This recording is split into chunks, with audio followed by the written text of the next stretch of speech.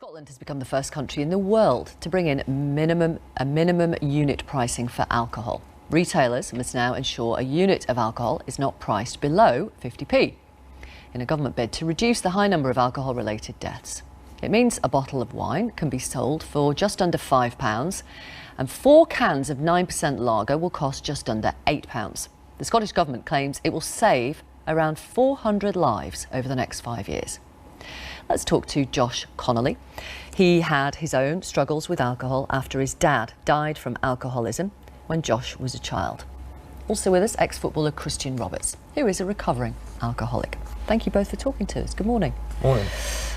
Josh, your dad died when you were 9. What do you recall from your childhood about his drinking? So my dad was like a chaotic influence on my life, really, as a result of his drinking and his struggles as a whole, really. So it wasn't always necessarily when he drank, it was the behaviours and the feelings and everything that came with it. But it had a huge impact on my mental well-being as I was growing up, definitely. In what way? In lots of different ways, really, but I felt quite alone, and it was something that I didn't feel that I could talk about. We learned at school that, you know, people who drank too much are bad people. So, I had a perception of what people thought of me. So it was the secrecy and my self-worth and my value was really low. I'll ask you in a moment about how that influenced the way you approached alcohol. But Christian, good morning. Let me bring you in. Good morning. Thank you for coming on the programme. I want to ask you, at the height of your addiction, how much, how often would you drink? I really don't like to put limits on, but it was daily. You know, from 1 o'clock till 11 o'clock. It would units, if I was to put units, or if I was to put in cases of pints, you're looking anything past 12 to 14 pints a day, and then obviously follow into the night, whatever you could get your hands on, really, to be honest with you. And what impact was that having on you? Well, crazy enough, I didn't think it was having any impact, but when I went into treatment in 2006, I then understood exactly how I was and what I was doing to myself, you know. But for me, it was just, I had to have it. You know, there was no, I never make an excuse for it. I never put a blame on anybody. I take sole responsibility because it's myself. However, it was a crazy way of trying to live, to be honest with you. And would the cost of it have made any difference at all to you, whether a drink was 25p or 25 quid? Absolutely not, to be honest with you. You can have it now, you know. I know we're talking today about minimum pricing on alcohol. But for me, I always find that if you put minimum prices, people will find that minimum price. I don't think, you know, and especially listening to Josh, then I think the one route in trying to work and trying to develop something is education. You know, not to have a fear of a conversation about a topic that is very important in life. Josh, in terms of your dad's influence when it came to you trying alcohol, how did it influence you?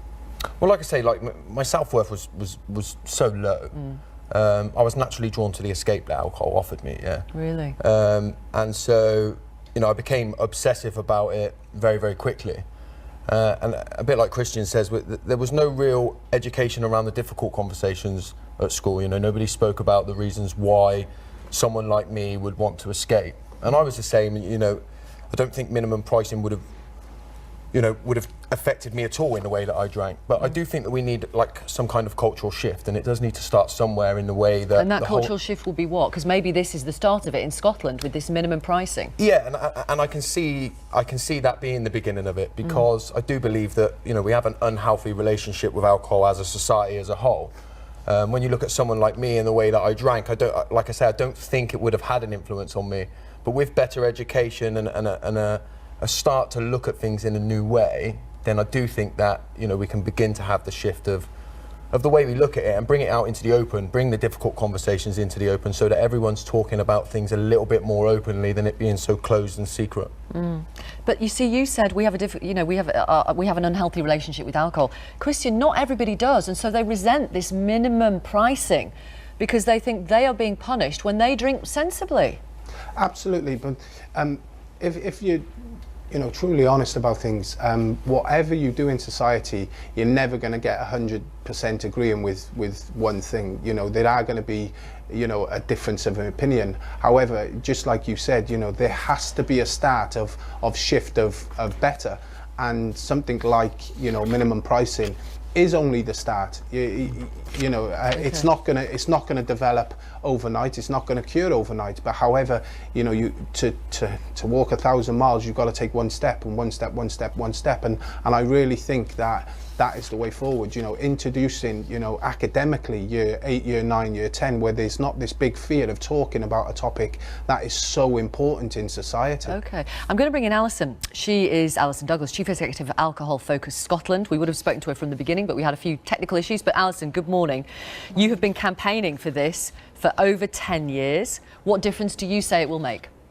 Well, in the first year alone, minimum unit pricing will save 60 lives. It'll reduce hospital admissions by 1,300 and reduce crimes by 3,500. So it's going to have a really major effect from the start, but that effect will build over time, and we'll see the full effect by year 20, when we expect to see 120 plus lives saved. Can I read you this email from Bob, who's watching this right now? Minimum pricing for alcohol is a sign of a failed culture. I live in Spain. In my village, a large glass of wine is €1. A reasonable bottle of wine in the supermarket, €2.50. A single brandy is a small lake in terms of volume and costs €2.5. I've lived here for 6 years and I've never seen a single drunk Spaniard. You can't price people to form a good culture. He says you do need to educate them, which is what Christian was saying, which is what Josh has been saying. P.S. I am Scottish. Well, the evidence is really clear internationally that price, availability and marketing are the 3 key things that drive consumption. So we have different drinking patterns here in Scotland, where we tend to binge drink like our Anglo-Saxon neighbours, but the Spanish don't tend to binge drink as much, but they are drinking per head of population at very high levels. So I think... So sorry to interrupt, Alison, so will the minimum pricing attack binge drinking, do you think?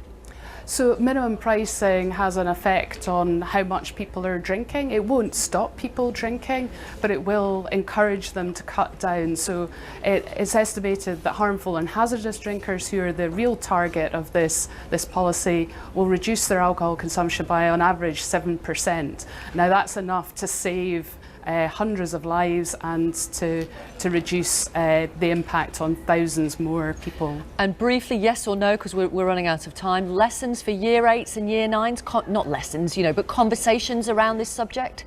Good idea? Absolutely, we need to be talking. Yeah, thank you. I just needed a yes or no just because of the time.